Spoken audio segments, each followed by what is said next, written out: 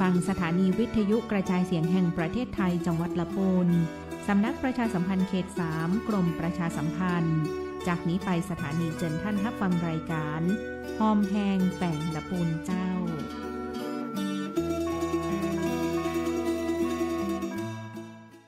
ครับสวัสดีครับท่านผู้ฟังที่เคารพครับ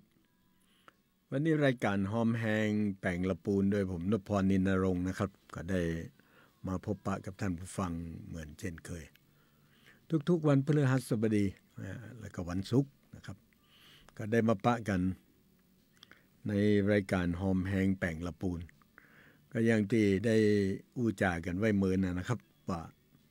บ้านเมืองหนึ่งบ้านเมืองใดเนี่ยก็จำเป็นที่จะต้องมีการเอาใจใส่นะครับบำรุงรักษาโดยพลังแห่งพลเมืองตีนั่นเพราะนั้นพลังพลเมืองเนี่ยเป็นพลังที่สำคัญเพราะว่ากำใจกับพลเมืองเนี่ยมีอยู่ 2-3 กำเช่นกำว่าประชาชนอันนี้ก็ส่วนหนึ่งกำว่าราษฎรก็ส่วนหนึ่งแต่คำว่าพลเมืองนี่ก็เป็นส่วนหนึ่งซึ่งภาษาฝรั่งมังค่าเนี่ยเพิ่นใช้คำว่าพลเมืองเนี่ยใช้คำว่า citizen อันนี้สำคัญเหมือนกันราษฎรนี่จะว่าใดจ๊ะจำนวนประชากรนี่ก็ใช้คำว่า population พลเมืองมาจากคำว่า civility อีกก็ได้กรรมหมู่นี่แหละครับเป็นกรรมที่ฝรั่งเขาแบ่งแยกซึ่งมันมีกรรมเหมือนกันถ้ากรรมว่าราษฎรนี่หมายความว่าเป็นฐานะที่ว่าเอาเปิ้นว่าเอาเจ้านายเอาผู้ปกครองว่าอันนี้เป็นราษฎรแต่ยังก็ได้เอาเปิ้นว่านี่นะแต่ถ้าคำว่าประชาชนนี่ก็สูงกว่าราษฎรขึ้นมาหน่อยก็เป็นผู้มีสิทธิ์มีเสียงออกเสียงเลือกตั้ง ออกเสียงการเมืองการปกครองเป็นประชาชนเป็นผู้มีสิทธิ์ว่าเถอะแต่ถ้าเป็นพลเมืองเนี่ยท่านผู้ฟังอันนี้สำคัญเพราะคนไทยที่ไปอเมริกาได้กรีนการ์ดได้บัตรเขียวได้บัตรอย่างเงี้ยเป็นก็ได้บัตรพลเมืองเป็นซิติเซน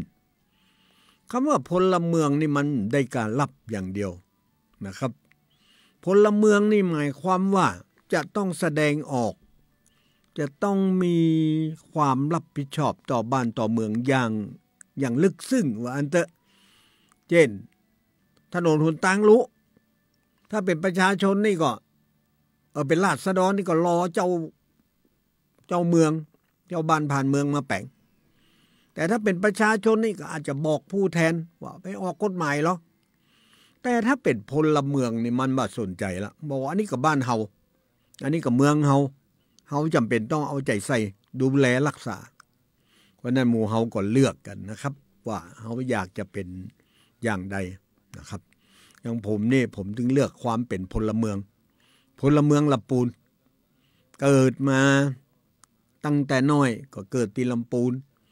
ไงมาก็ทำมาหากินที่ลำปูนแล้วก็บั้นปลายชีวิตก็จะฝากฝังชีวิตไว้กับที่เมืองละปูนเพราะความเป็นพลเมืองมันต้องอยู่เต็มเปี่ยมในหัวอกหัวใจบ้านเมืองมีอย่างก็พร้อมที่ช่วยพร้อมที่จะเข้ามาเอาบ่าแบกรับแบกหามเนาะอันนี้ก็จะวันพี่น้องทั้งหลายในฐานะคนละปูนมีความสำนึกพลเมือง Civil Society เป็นสังคมที่พลเมืองจะต้องเอาใจใส่บ้านเมืองครับรายการหอมแหงแป่งละปูนก็วันนี้อยู่กับคุณลือชาคงละกำกูเตืออยู่กับคุณณัฐพงษ์น้องมันก็เปิดเพลงให้ฟังวันนี้ไผ่ไข่ฟังเพลงไข่อู้เอ๋ยตัวนะครับ053-525-566โทรศัพท์เข้ามาเลยครับแสดงความเป็นพลเมืองอยากจังวันนั้นอีปีหนองแร่งโทรเข้ามาบอกว่าบ้านเมืองมันบักไข่เหมือนเก่า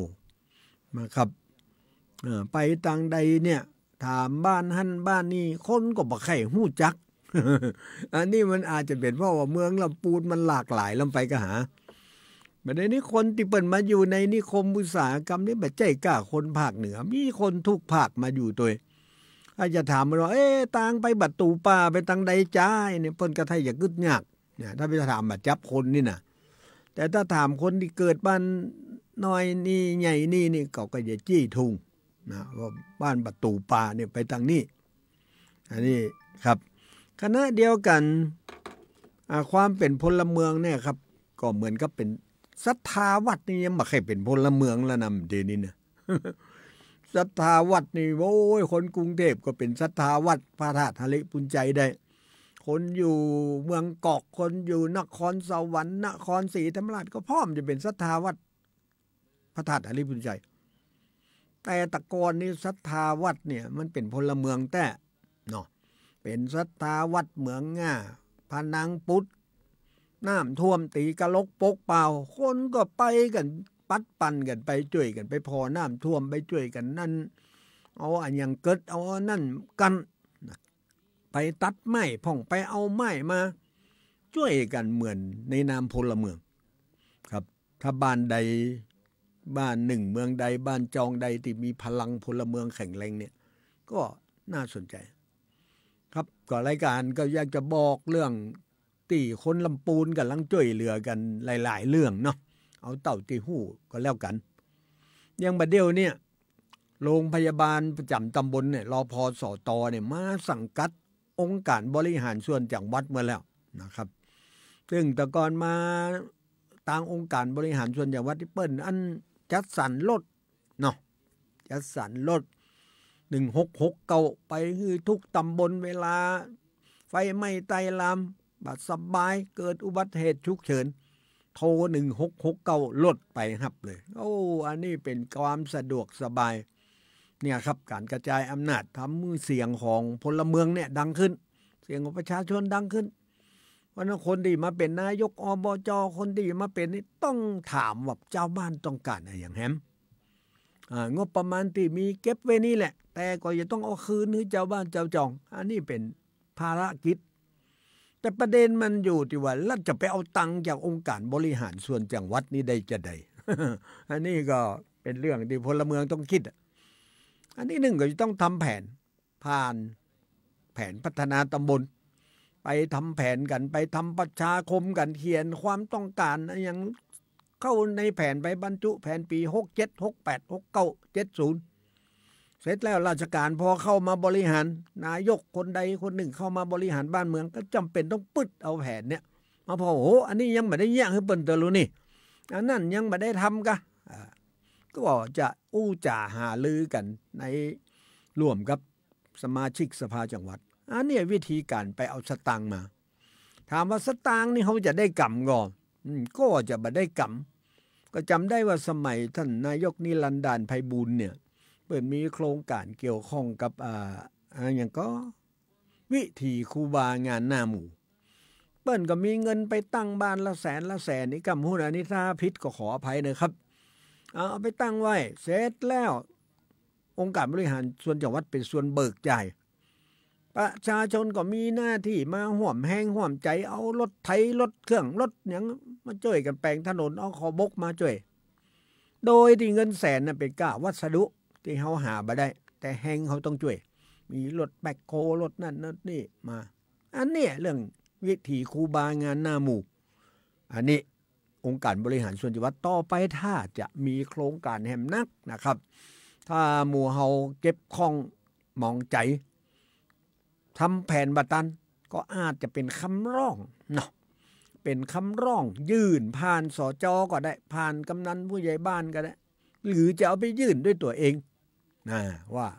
ข้าพเจ้าทั้งหลายอันมีนามลายนามประกอบด้วยบุคคลดังต่อไปนี้อาศัยอยู่บ้านนั่นบ้านนี้บัดนี้มีความเดือดร้อนมีความขัดข้องในเรื่องหนทางเตียวไฟฟ้ามืดดำบัดสว่างขอเจ้าหน้าที่มาช่วยจัดการอันนี้ไม่ใช่กล้าอบจ.นะครับก็ทำได้ทุกที่อันนี้เล่าสู่กันฟังสืบเนื่องมาจากความเป็นพลเมืองสืบเนื่องมาจากความเป็นประชาชน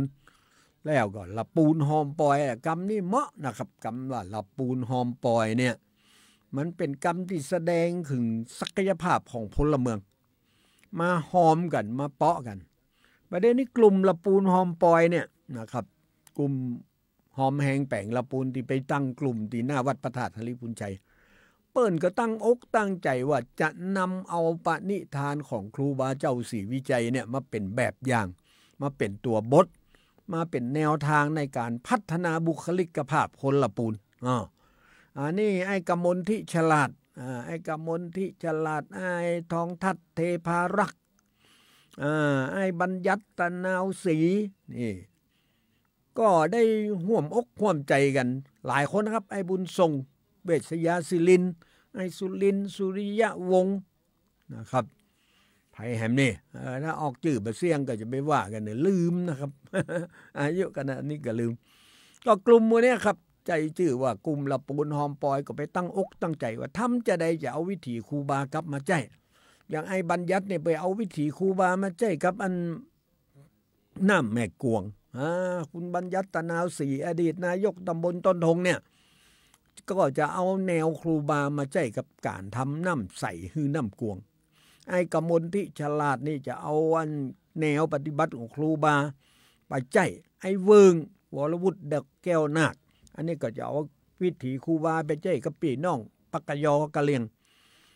ทุกวันเสาร์ครับอู้จากันที่หน้าวัดพระธาตุธริพุนชัยเอาตุกเอาซุกมาแชร์มาแบ่งมาปั่นกันแล้วก็จะแปลให้มันเป็นโครงการเอาละครับวันนี้อู้เหียดได้อีก่อนเดี๋ยวไอ้ลือชาเปิดจะเปิดเพลงให้ฟังนะครับถ้ากึดใจได้053 525 566 7วันในปะกันเตือนวันนี้รับฟังเพลงก่อนครับเจอรับฟังครับ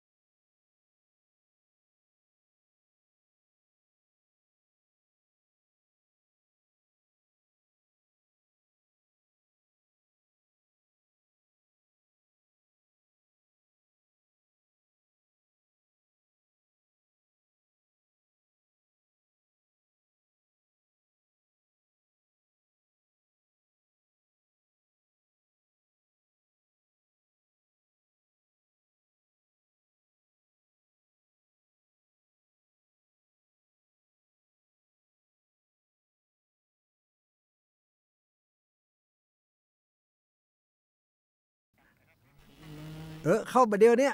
สวัสดีนะครับครับพอดีพี่น้องครับมีพี่อ้ายเปิ้นโทรศัพท์เข้ามาแล้วเปิ้นให้แสดงความกึดหันต่อรายการต่อพี่น้องละปูนมาเถอะครับโทรจากไหนก็ครับนี่ในเมืองลำปูนครับยินดีต้อนรับเนอะถ้ามีความคิดเห็นต่อบ้านต่อเมืองจะได้ครับเชิญได้เลยนะครับครับเชิญครับฮัลโหลเดี๋ยวสุมาเตอพอดีสลับสายโทรเข้ามากำเด้อครับพี่อ้ายเปิ้นโทรศัพท์เข้ามาแล้วเปิ้นอยู่ในเวียงละปูนนี่แหละในเมืองเนี้ยก็บอกว่าเนี่ยเรื่องราวต่างๆของบ้านของเมืองเนี่ยเฮาควรจะมีส่วนร่วมประมาณนั้นน่ะอยากจะแสดงความคิดเห็น05352556โทรเข้ามาใหม่เด้อพี่อ้ายเด้อ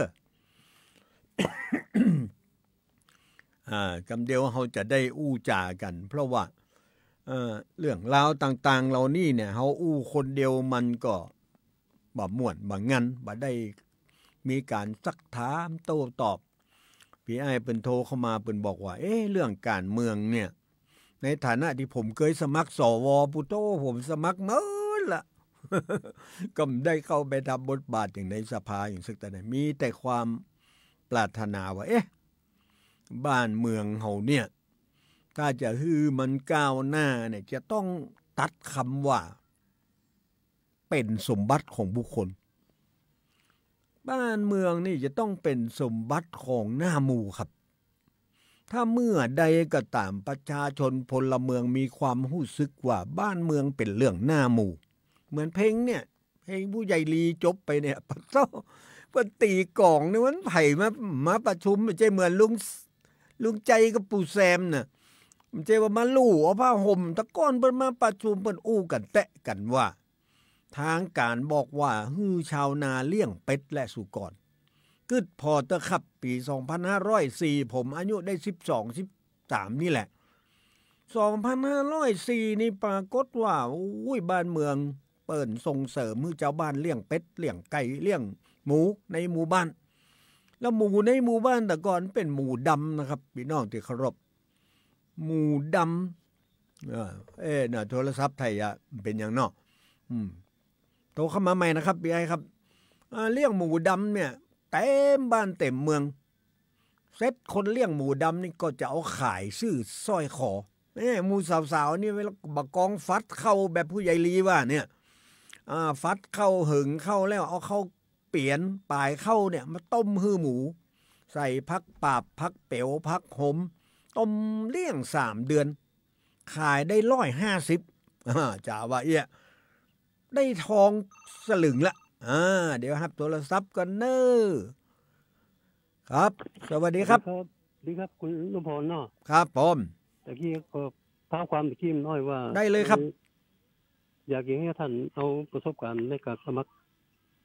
สวที่ผ่านมาตะก้อนที่ท่านเคยสมัครเนาะครับเราชาวบ้านมาฟังกันน้อยเนาะครับเป็นเกี่ยวก้มกันได้หรือว่าเป็นประสบการณ์ได้ดีได้ก็ครับได้คนบ้านเฮาได้ฮู้แล้วว่ามันเพิ่นยังได้กันบางคนก็ในการเลือกตั้งในการนั้น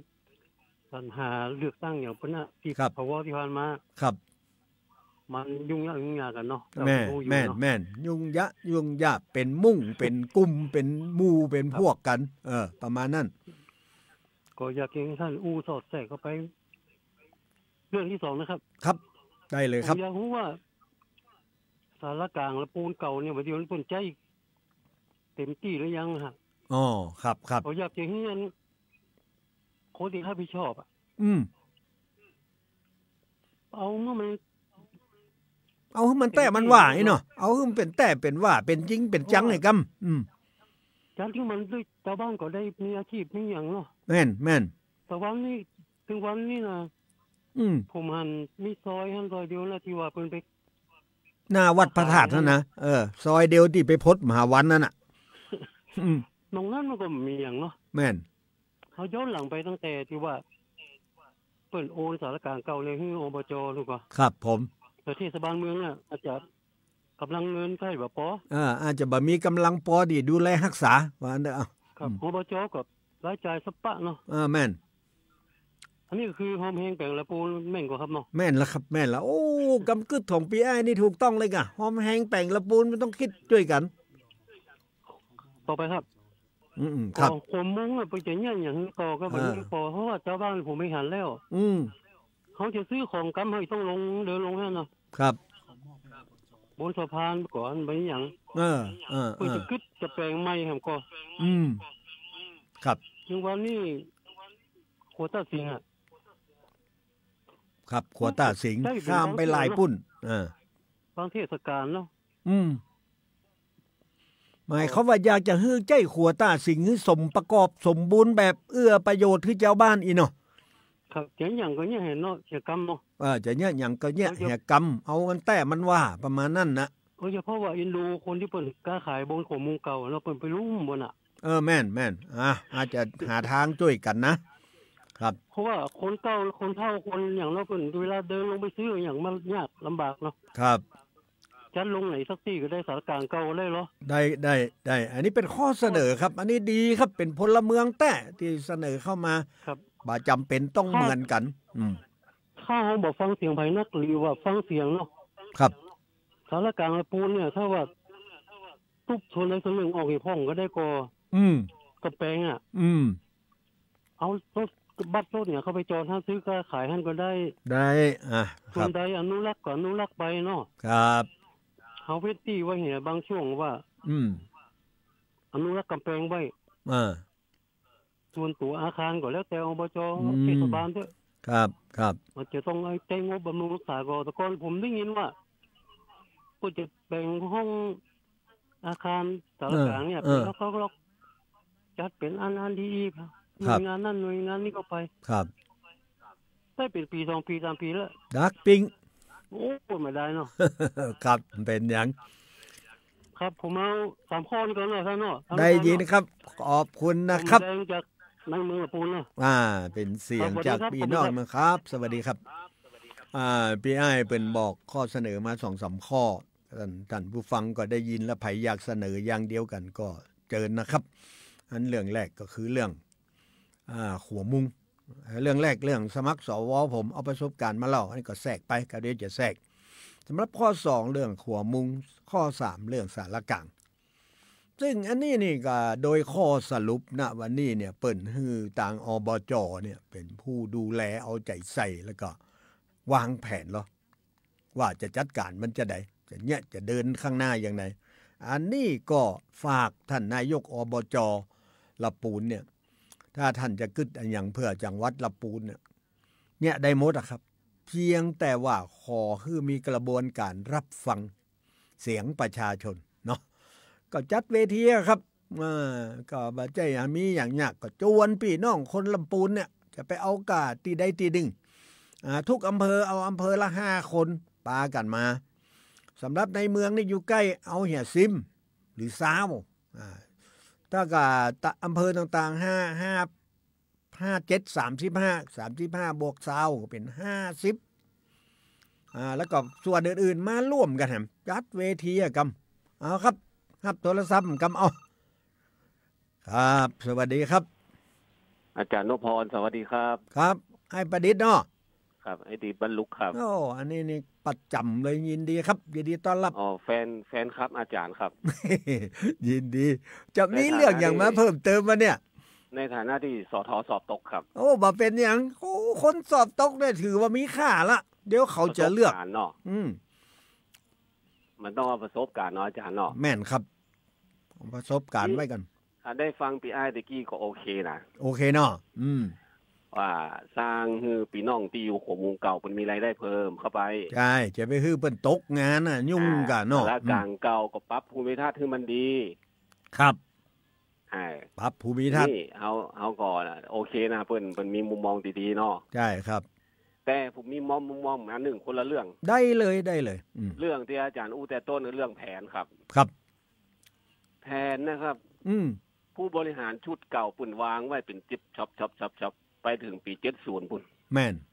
ที่นี่เลือกตั้งแต่ว่ามันซื้อเนี่ยผู้บริหารคนเก่าสอบตกได้เข้าไปสักกรรมครับคนใหม่เข้าไปก็เป็นลื้อแผนนะครับมันชอบก่อนตั้งข้อสังเกตได้เดี๋ยวผมจะแสดงความคิดเห็นเพิ่มเติม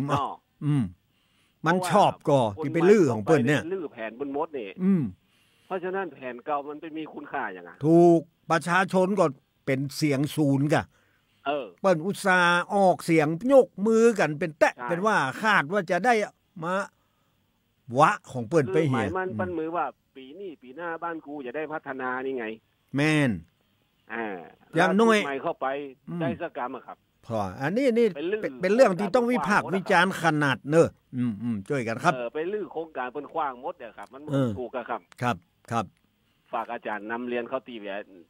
สื่อประธานพาณิชย์ตัวว่าชอบหรือว่าชอบครับผมได้นะครับเนาะครับยินดีครับขอบคุณครับโอ้ไอ้ประดิษฐ์นี่ก็เปิงเป็นสอทอแต่นี่นะครับขอบคุณครับพี่น้องครับเนี่ยรายการเฮาเนี่ยก็เป็นรายการเสียงของคนละปูนที่มีส่วนร่วมกับบ้านกับเมืองเนี่ยรับรองว่าถ้าอูอย่างไอ้ประดิษฐ์อูอย่างปีไอ้ที่ในเมืองเนี่ยบ้านเมืองมันตึมเสียหายสักเด้อเพราะเหตุว่าอูด้วยความปรารถนาดีนะครับอูด้วยความปรารถนาดีอยากจะหันบ้านหันเมืองไอ้ประดิษฐ์อูนี่ก็ถูกกันนะนี่อันนี้มันเจว่าหันพ้องต้องกันนะแต่ว่าการทำแผนเนี่ยมันมีไทยทำแผนฮื้อตัวเก่าได้เนี่ยวันนี้ทุกคนต่างเข้ามาในห่วงระยะเวลาหนึ่งเมื่อมาถึงประชาชนเปิ้นอยู่ที่เก่าเปิ้นจะได้สมัครเข้าสมัครออกอย่างผู้สมัครผู้เป็นสทสตอย่างเด้อเปิ้นอยู่ที่เก่าแล้วเปิ้นมีความต้องการอย่างเก่าในเมื่อมันถูกบรรจุไว้เป็นแผนนี้จะไปลื้อของเปิ้นเด้อครับเปิ้นอุตสาห์เชื่อมั่นในระบอบประชาธิปไตยเปิ้นออกเสียงกันถามว่าถ้าลื้อออกนี่เอาเหตุผลอะไรอย่างนี่จะบอกว่าเจ้าบ้านว่าใครต้องการเลยก้มใจเป็นแต่ผู้บริหารน่ะบ่ต้องการต่างหากทำไมบ่คิดว่าเปิ้นก็ถูกเลือกเข้ามาเหมือนกันเปิ้นก็เข้ามาด้วยอานัตสัญญาณของเจ้าบ้านเหมือนกันในเบื่อเป็นวางแผนอย่างอี้ไว้แล้วอาจจะทบทวนพ่องแต่การทบทวนบ่ควรจะหักดามผ้าด้วยเขาควรจะปิ๊กไปถามบ้านนั่นเหี่ยกรรมกับว่าเปิ้นที่เปิ้นวางแผนไว้ปีแล้วอย่างอี้ยังอยากคือดำเนินการต่ออยู่ก็ครับถ้าบ่อยากคือดำเนินการต่อก็ต้องออกเสียงกันไม่เน้ออย่างเงี้ยก็ต้องอู้นอปอกรรมเนาะอันนี้เอาไอ้ประดิษฐ์มาอู้ให้ก่อนเพราะเป็นเรื่องโดดเข้ามาเพราะฉะนั้นเนี่ยนักการเมืองเวลาเข้ามานะครับอย่าไปคิดว่าเปิ้นเลือกเฮามาแล้วเฮาใจทุกอย่างที่เป็นเฮามั่นใจเฮาเข้ามาเฮาอาสาสมัครมาใจให้งานน่ะใจกำกึดนะแต่ถามว่าองค์ประกอบอื่นๆบอกว่าข้อมูลบอกว่าปัญหาบอกว่าประชาชนจำเป็นต้องศึกษาอย่างต่อเนื่องบ่ใจมาศึกษาปีแล้วเอาขว้างปีนี้ศึกษาไหมอันไปแล้วพระธาตุอริบุญใจนี่ก็สูงศอกเดียวอย่างเก่านะกะไปสูงถึง58ศอก90ศอกอย่างตึงวันนี่เลยที่มันเป็นอย่างตึงวันนี่เพราะเป็นแปลงต่อกันหรออันนี้ทำตึกนี่ปีหน้ามาทำแหมปีในคนรุ่นใหม่มาก็ทำต่อแล้วให้มันดีขึ้นอันนี้ถือว่าเป็นประโยชน์กับบ้านกับเมืองเพราะนั้นฝากนักการเมืองอย่าไปใจเร็วด่วนได้อย่าไปเอากับหน้าตาตัวเก่าอย่าไปเอากับผลประโยชน์ที่จะพึงได้เหมือนกับที่เป็นว่าหมาข้ามน้ำมาอุ่นใจเลียตีนน่ะ หมาข้ามน้ำนี่เปียน้ำไหนๆก็เปียน้ำเขาก็เลียตีนตัวเก่ากินน้ำให้น้อยเหรอเนี่ยซึ่งอันนี้ก็จะมีก็ตามใจเตอะแล้วแต่ตัวภัยตัวมันแต่ผลประโยชน์เจ้าบ้านต้องมาก่อนเนาะอันนี้อู้จ๋ากับไอ้ประดิษฐ์ภัยยากอู้แหมโทรเข้ามาครับ053-525-566สำหรับปีไอในเมืองบอกเรื่องสารกลางอันนี้นี่หันตัวทุกประการจะเนี่ยอย่างก็เนี่ยเหียแต่มีแต่นอกเพิ่มเติมน้อยอันเนี้ยอย่างกับสารกลางเนี่ยเอาให้มันสมกับบ้านกับเมืองต้องออกแบบเวียงลำปูนนี่ไว้เหี่ยก่อนว่าเวียงลำปูนเนี่ยจะเลือกยังไง1จะเลือกเป็นเมืองโบราณมีการก้าการขายซึ่งขายด้วยวัฒนธรรมขายด้วยทรัพยากรของคนลำปูนที่เอามาขึ้นมาขายเอามาอวด แล้วมันจะต้องเป็นส่วนหนึ่งของวัดพระธาตุมันจะต้องเป็นส่วนหนึ่งของกาดหนองดอกมันจะต้องเป็นส่วนหนึ่งของเจ้าแม่จามเทวีแล้วมันก็ต้องเป็นส่วนหนึ่งที่ว่าสมัยเจ้าจักรคำขจรศักดิ์พระราชทานอันนั้นอันนี้ก็ต้องออกแบบให้มันเหมาะบะกองเข้ามาละปูโอ้โหยังกับสวรรค์หัวบะกุงฟ้ายัง3 นิ้วกึดต้องกึดจะอีเนี่ยครับปัจจัยวันนี้ลุวันผูกแปงวันฮือเตแหมวันหนึ่งมาเอาของเปิ้นออกขว้างอันนี้บาเท่าท่าครับเหมือนถนนรอบกาดหนองดอกรอบเวียงละปูนแปลงเป็นโมโหกิเตื้อซึ่งถามว่าแม่แต่เลนรถถีบนี่ยังมีฮือเปิ้นเนี่ยออกแบบอย่างเงี้ยเลนรถถีบเนี่ยรถถีบจะขี่ก็ขี่กลางถนนบุ่นน่ะภัยไข้คุดถนนปลูกก็ไม่ก็คุดเนี่ยมันถูกอ่ะต้องออกแบบทุกสายทุกเส้นผมยังมีกำกึดไว้อีนะครับพี่ไอ้ที่อยู่ในเวียงเนี่ยถ้าคนในเวียงเนี่ยปากันปลูกดอกตามซอยตัวเก่าเนี่ยปลูกบ้านไผ่บ้านมันเนี่ยเอาพลังพลเมืองเนี่ยเป็นตัวตั้งสมมุติว่าซอยวัดจ้างหองข้างโรงเรียนเมธีเจ้าบ้านบอกว่าจะปลูกดอกเฟื่องฟ้าปลูกคือบอกเฟื่องฟ้ามันเต็มถนนเลยถนนสายต้านางจะปลูกดอกเคสตะหวาก็เอากระถางมาตั้งหน้าบ้านปลูกดอกเคสตะหวาให้เต็มเลยเป็นสีขาวล้วนไอ้ซอยที่อยู่ข้างวัดศรีบุญเรืองบอกว่าจะปลูกดอกซอมพอก็ซอมพอมาปลูกคือเต็มเลยถามว่าเมืองอย่างอีไผ่บะมะแอวนี่ก็ง่าวละว่าอันเถอะมันอย่างมางามหอมคืนไปถึงบ้านถึงเมืองอะอย่างเป็นเมืองดอกไม้ flower city อ่ะปาดเถอะไผ่ก็ไข่มะแอวหนังซอยนี่ก็ได้กินหอมดอกซอมพอกมากิมนั่นก็ได้ดอกเกตตะวามาแหมซอยหนึ่งได้ดอกจำปาจำปีแหมซอยหนึ่งเต็มไปได้ดอกมะลิแขวนหน้าบ้านไผ่บะไปแอวประเทศยุโรปกันเขาก็จะมาที่ลำปูนหมดอะสารกลางถ้าจะอนุรักษ์ตั้งกลางไว้เตะหัวเหี่ยก็ยังได้ของหน้ามูยังจะหายคือมันหายไปครับถ้าคนบ้านคนเมืองเขาบ่ฮักของนี่นะปล่อยมันหายไปเนี่ยแต่ว่าเปิดโล่งเมื่อคืนก็มีไฟคนเข้าไปแอวมีตีแสดงนิทรรศการวาดรูปเมื่อคืนมาก็มีจิบอกไฟดอกบอกไฟโอ้ยเหื่อห้ามอันนี้บ่ได้นะครับก็ตอบสนองตึงไอ้ประดิษฐ์กับอันพี่ไอ้ที่มาจากในเวียงว่าบ้านเมืองควรจะมีส่วนร่วมครับเดี๋ยวฟังเพลงกำเดี๋ยวก้อยปิกมา52 นาทีละ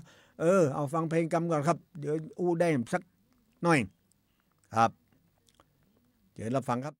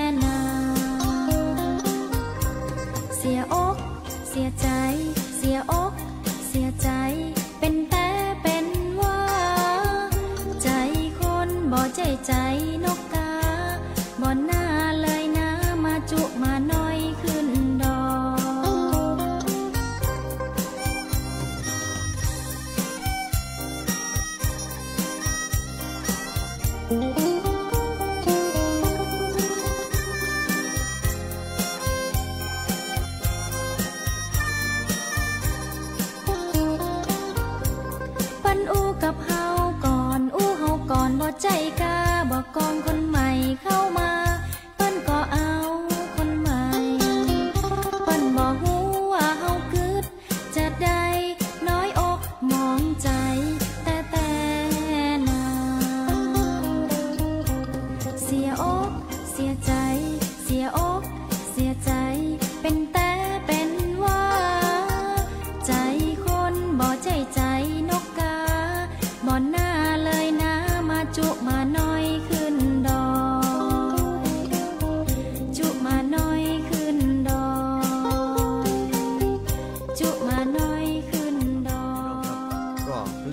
ก็เปิงเหี่ยแตะเหี่ยวว่าเปิดใ